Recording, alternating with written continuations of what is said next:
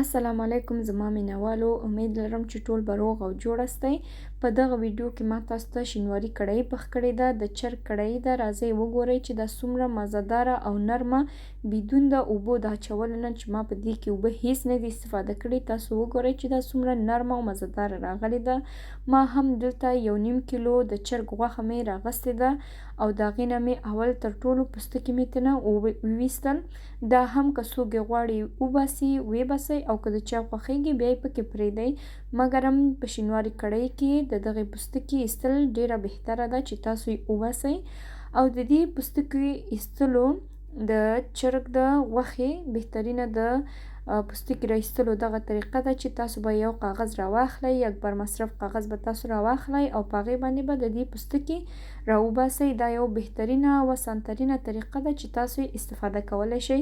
همچنان په یوه صافي یا هم په یوه ټوټه باندې استفاده کولی شئ، مګرم تاسو بیا بعد د هغې نه هغې استفاده کولی بیا نشئ، هغه صافي یا هم تکه یا هم ټوټه.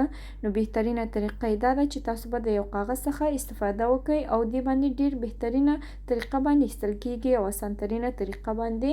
بعد د هغې نه مو چې د چرګ نه دغه پوستکی راویستو، نو بعد د هغې نه به دا چرګ ښه ښایسته راوینځئ پاک او سوتره. او بعد د دې څخه هم تاسو لکه څنګه چې په ویډیو کې ګورئ دغه یو رقم پوستکی هم لري چې ما د دې څخه راویستل، نو تاسو یې هم راوباسئ ځکه چې دا بیا چې د خوړلو په وخت کې بیا لږ زره مزاحمت کوي او دومره ښه خوند بیا نه لري. نو بهتره دا ده چې تاسو د دې څخه دغه مردارۍ ټول راوباسئ او پاک او سوتره وینځئ. بعد د هغې نه مو چې دغه پوستکي اضافي د دې څخه ویستل یو ځل بیا هم دا به تاسو 4-5 دفعه د چرګ غوښه به ښه ښایسته پاکه سوتره وینځئ او بعد د هغې نه به یې په یو جاله کې واچوئ چې د دې نه ښه ښایسته اوبه ترېنه راوځي چې هیڅ اوبه پکې نه وي. ولې؟ ځکه چې بیا کم وخت کې تاسو دا په غوړو کې اچوئ چې اوبه پکې نو بیا دا ډېرې غوړي ستاسو په دې مخ باندې لاسونو باندې ډېر راولیږي او تاسو بیا ډېر خوږوي او مزاحمت تاسو ته بیا کوي. ما هم دلته چې تاسو څنګه ګورئ دا ما په یو جالی کې واچولې او بعد د هغې نه مې هم پرې مالګه واچوله چې تر څو د دې هغه وینه چې پکې هغه ترېنه راوځي او همچنان د دې اضافي اوبه ترېنه راوځي. لکه تاسو چې څنګه ګورئ دغه ټولې د چرګ د غوښې مردارې اوبه وې چې د دې څخه راووتلې. او اوس هم ما دغه کړایی کې غوړي واچول. غوړي هم ستاسو کولی شئ چې لږ واچوئ، مګرم په چرګ کړایی کې یا هم شینواري کړایی کې غوړي ډېر خلک اچوي ځکه چې ډېر ښه ښایسته سور کېږي چرګ او ډېر مزهداره راځي. ما هم دلته کړایی ښه د غوړو نه نیمایي ډکه کړله د غوړو څخه او بیا مې پکې دا چرګ واچو.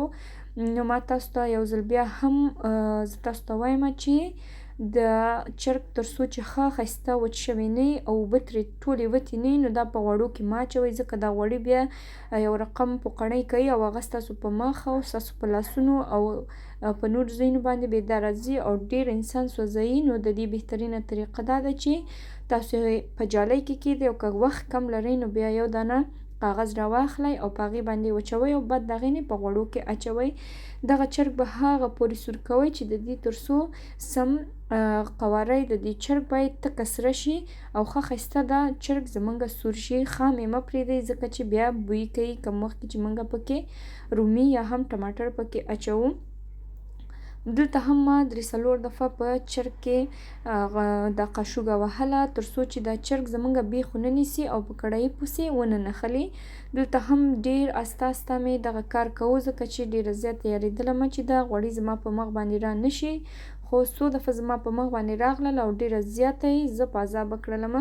زما هم ډېر وخت نه و ځکه ما 10 دقیقې د دې اوبه ویستلې چې د دې اوبه وځي، مګر بیا هم پکې پاتې وې. که تاسو وخت لرئ نو دا یو ساعت یې پرېږدئ چې د دې ټول هغه اوبه راوځي د چرګ او بعد د هغې نه تاسو په غوړیو کې واچوئ. دلته مې یو ځل بیا هم دا چرګ ښه ښایسته راوخوځوو چې کوم ځای چې سور شوی هغه مې پاس کړو او کوم ځای چې خام هغه مې بېرته لاندې کړو د کړایی چې دا زموږ چرګ ښه ښایسته پوخ شي. تاسو به په دې کې ګورئ کله چې چرګ سور کېږي، د چرګ غوښه سره کېږي، نو د دې څخه اینه راځي. دا په دې معنا ده چې ستاسو چرګ ډېر ښایسته سور کېږي او د سور کېدو په حال کې روان دی. نو دلته هم تاسو وګورئ زما هم چرګ سور شو او بعد د هغې نه مې هم یوه قاشوږه جوره قاشوږه مې راواغېستله او بعد د هغې نه مې هم د دې اضافي غوړي مې ترېنه ټول راویستل او په یو بل قاب کې مې واچول. دوستانو دغه غوړي چې دي بیا هم استفاده کېږي، تاسو به یې نه ارتوئ چې بیا بل دفعه چې یو شی پخوئ د دې غوړو څخه تاسو کولی شئ استفاده وکړئ او بیا هم پکې ستاسو دیګ ډېر مزهداره راځي. که هر شی ورکې دې غوړو کې بیا پخوئ نو ډېر مزهداره راځي او د چرګ خوند بیا هم لري. نو ما هم دلته د ضرورت په باندې ما د دې نه د غوړي راویستل، نه هم ډېر او نه هم زیات، ځکه چې زما غوړي ډېر زیات خوښیږي. ما پکې ځان ته ډېر زیات پرېښودل. که ستاسو غوړي دومره نه خوښیږي نو بیا پرکې غوړي بیا ونه غوړي ټول را وباسئ. او دې ځای کې ما هم یوه بسته غټه اوږه وه او ادرک و چې ما په دې کې میده میده کړی و او بیا مې پکې واچو. او په دې وخت کې چې تاسو دا کورکمن تاسو دا وبخئ کورکمن نه اوږه او ادرک چې تاسو په دې وخت کې دا واچول نو دا به په دې کې همداسې نه پرېږدئ په دې کړایي کې، ځکه چې هغه بیا سوځي او ستاسو دې کړایي پورې لاندې نښلي. نو تاسو به همدې کې همدغه رقم چې تاسو په ویډیو کې ګورئ دغه کې به داسې د قاشوږه وهئ راوهئ تر څو چې دا لاندې بیخ ونه نیسي او زمونږه اوږه او ادرک ونه سوځېږي.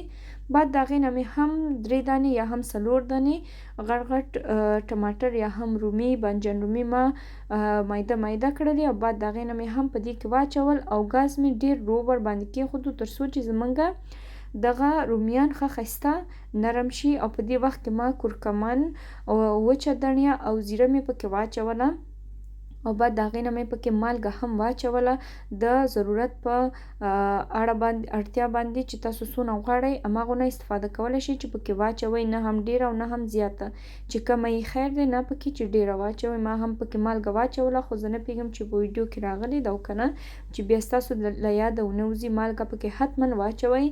او دغه کړایي چې دا هیڅ اوبو ته ضرورت نه لري چې تاسو په دې کې اوبه واچوئ او یا تاسو هم فکر وکړئ یا هم سټرس وکړئ چې موږ په دې کې اوبه وانچوو نو دا به کړایي به زموږه سخته راشي یا هم کلکه راشي. مګر نه، تاسو چې کم وخت کې دې کې دا رومیان اچوئ یا هم دا ټماټر په دې کې اچوئ نو دا ټماټر یا هم رومیان خپل اوبه را پرېږدي، نو په هغه کې تاسو کولی شئ چې دا کړایي ښه ښایسته نرمه کړئ. په هر وخت کې چې تاسو کړایي کې رومیان واچول، یو ځل بیا هم وایم چې تاسو باید خپل د منقل یا هم داشي که هر شي باندې تاسو پخوئ د دې درجه باید تاسو ډېره کمه ونیسئ تر څو چې دا رومیان او غوښه یو ځای نرم شي. دلته هم ګورئ هر دقیقه تاسو باید په دې کې یو دقیقه 2 دقیقې بعد تاسو په دې کې دا چمچه یا هم قاشوږه ورکې ووهئ تر څو دا بیخ ونه نیسي. او دلته هم زمونږه کړایي رو په غوړو باندې راتله او ما هم بیا بنده کړله او تاسو وګورئ چې څومره یو مزهداره او ښه ښایسته کړایي زمونږه راغلی. او دغه کړایي کې مونږه هیڅ نوع مرچ نه دي اچولي او تاسو چې دا تازه مرچ د دې د پاسه ګورئ دا ما هسې د ډیزاین لپاره استفاده کړي دي. او دلته تاسو وګورئ چې څومره مزهداره او نرمه دا راغلې. دا کړایي دومره ګرمه وه چې ما هیڅ نشو کولی تاسو ته زه دا سم راوښیم، مګر ډېر زیات نرمه او مزهداره راغلی او همچنان بدون د مرچو او د ډېرو مسالو څخه. تاسو په دغه طریقه باندې دا جوړ کړئ نو تاسو به بیا وګورئ چې څومره مزهداره او هغه اصیله د جلال آباد او د کابل شینواري کړایي راځي. که دغه ویډیو مو خوښه شوي ملګرو زما ویډیو حتما لایک کړئ، سبسکرایب کړئ او زما چینل نور ملګرو سره هم شیر کړئ. دلته مې ترې 2 قپې وکړلې ملګرو، دومره مزهداره وه چې هیڅ حد نه لري. حتما یې ځان ته اماده کړئ. ښه وخت، د خدای په امان.